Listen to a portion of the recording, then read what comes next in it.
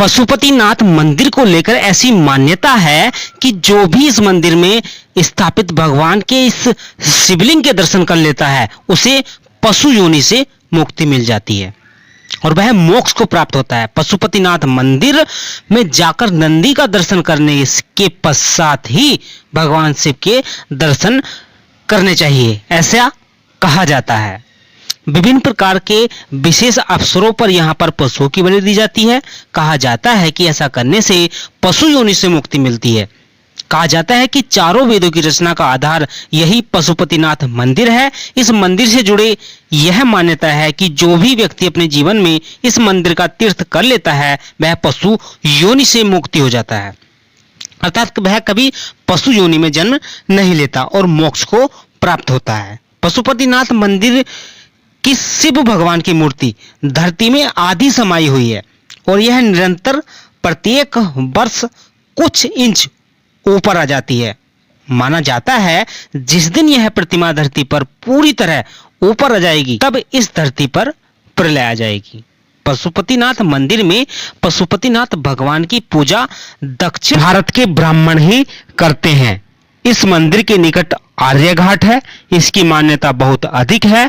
इस घाट के जल को पवित्र माना जाता है और मंदिर में इस जल को ही आप ले जा सकते हैं, बाहर का जल यहाँ पर वर्जित है। आप अक्सर जहां कभी भी भगवान शिव के दर्शन करने जाते हो वहां बिना नंदी के दर्शन किए भगवान शिव का दर्शन पूर्ण नहीं होता, लेकिन इस स्थान की अवधारणा बिल्कुल अलग है। कहा जाता है कि पशुपतिनाथ भगवान के शिवलिंग के दर्शन के बाद नंदी का दर्शन नहीं करना चाहिए, अन्यथा व्यक्ति फिर से पशु योनि में जन्म लेता है। इसलिए इस मंदिर का दर्शन करने के पश्चात लोग नंदी का दर्शन नहीं करते, पहले करते हैं।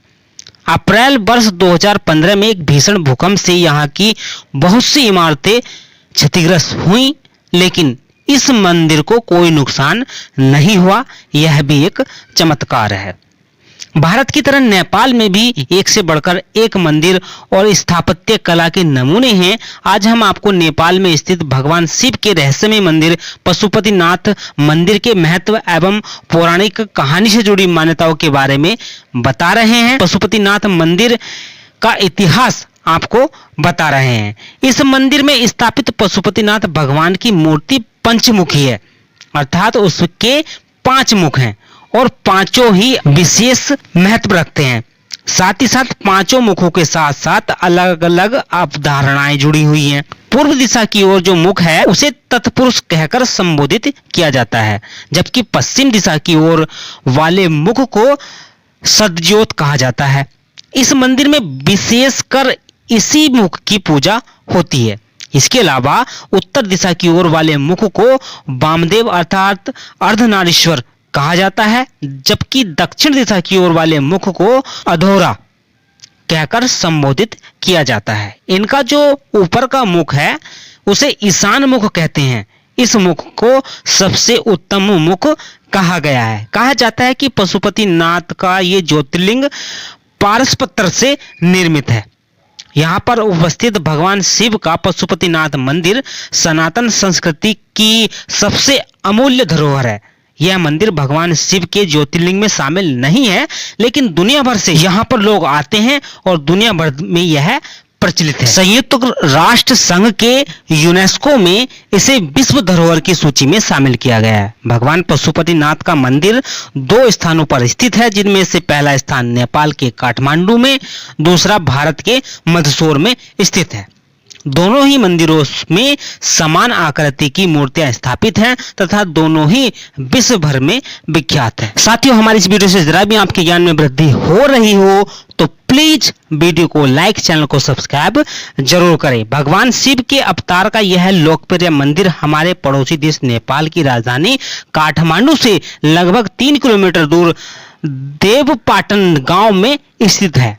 यह मंदिर बागमती नदी के किनारे स्थित है। देश विदेश से लोग यहाँ अपनी आस्था व मनोकामना को पूर्ण करने के लिए आते हैं। नेपाल का पशुपतिनाथ मंदिर विश्व भर में मशहूर है। पौराणिक कथाओं में पशुपतिनाथ मंदिर को केदारनाथ ज्योतिर्लिंग के आगे का भाग बताया जाता है। भगवान शिव के अनेकों नाम हैं, जैसे कि उन्हें शंकर, महाकाल, रुद्र, भोले इत्यादि नामों से जाना जाता है। ठीक उसी प्रकार भगवान शिव का एक नाम पशुपतिनाथ भी है, जिसका मतलब है पशुपति, यानी कि पशुओं के पति, पशुओं के स्वामी। पशुपतिनाथ मंदिर से जुड़ी कई कथाएं प्रचलित है, जिनमें सबसे प्रचलित कथा यह है कि भगवान शिव ने इस स्थान पर चिंकारे का रूप धारण किया था और नेपाल के इसी स्थान पर छुप गए थे। कुछ लोग यह मानते हैं कि उन्होंने अपनी निद्रा पूरी करने के लिए यह रूप धारण किया था। जब भगवान विष्णु और ब्रह्मा को यह पता चला कि भगवान शिव उस स्थान पर चले गए हैं, तो वह उन्हें खोजते हुए उनके पास पहुंचे और उन्हें पुनः वहां से वापस ले आने का प्रयास करने लगे, जिसके दौरान भगवान शिव उनसे भागने के लिए नदी के उस छोर पर छलांग लगा दिए और कहा जाता है कि इस दौरान वह अपने सिर के बल गिरे और उनके सींग के 4 टुकड़े हो गए और इन्हीं 4 टुकड़ों से भगवान पशुपतिनाथ के 4 मुख की उत्पत्ति हुई है।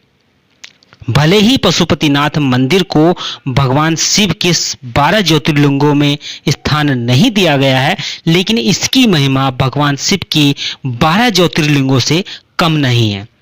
नेपाल में हर वर्ष लाखों पर्यटक भगवान शिव का दर्शन करने पशुपतिनाथ मंदिर आते हैं। नेपाल में पशुपतिनाथ मंदिर भारतीय हिंदू आस्तिक पर्यटकों का सबसे बड़ा आकर्षक केंद्र कहा जाता है कि इस मंदिर का जो निर्माण है वेदों की रचना से भी पूर्व हो गया था, लेकिन इसके साक्ष्य उपलब्ध नहीं है। वर्तमान में जो मंदिर का स्वरूप आप देखते हो वह 1697 में नेपाल नरेश भूपतेंद्र मल द्वारा बनवाया गया था। यह पशुपतिनाथ मंदिर कई बार क्षतिग्रस्त किया गया, तोड़ा गया, नष्ट किया गया, लेकिन समय समय पर इसका जीर्णोद्धार होता रहा। साथियों, वीडियो से जरा भी आपके ज्ञान में वृद्धि हुई, वीडियो को लाइक करना, चैनल को जरूर सब्सक्राइब कर लेना।